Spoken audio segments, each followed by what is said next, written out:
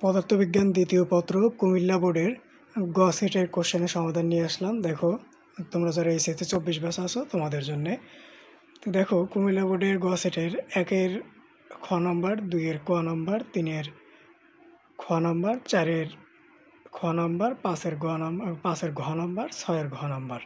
এবার 7 নম্বরটা দেখো, 7-এর হবে গ নম্বর, 8-এর ঘ নম্বর, 9-এর ক, 10-এর ঘ নম্বর, 11-এর ক, এরপরে 12-এর গ নাম্বার।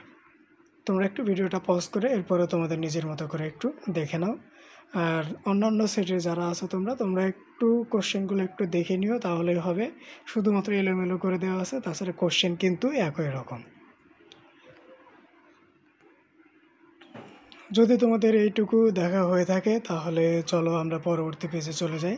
পরবর্তী পেজে দেখো 13 নম্বর থেকে শুরু। 13-র হবে খ নম্বর, 14-র এখানে দেখো 14-র এখানে সঠিক উত্তর হবে হচ্ছে 6 ভোল্ট, মানে গ নাম্বার।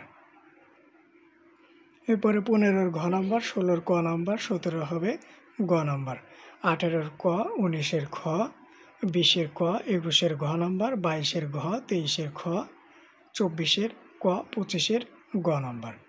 তোমরা এরপরে ভিডিওটা পজ করে একটু দেখে নাও। আমি এখানে একটু স্থির করে রাখতেছি। আর ভিডিওটাতে কিন্তু অবশ্যই একটু লাইক করে দিবা।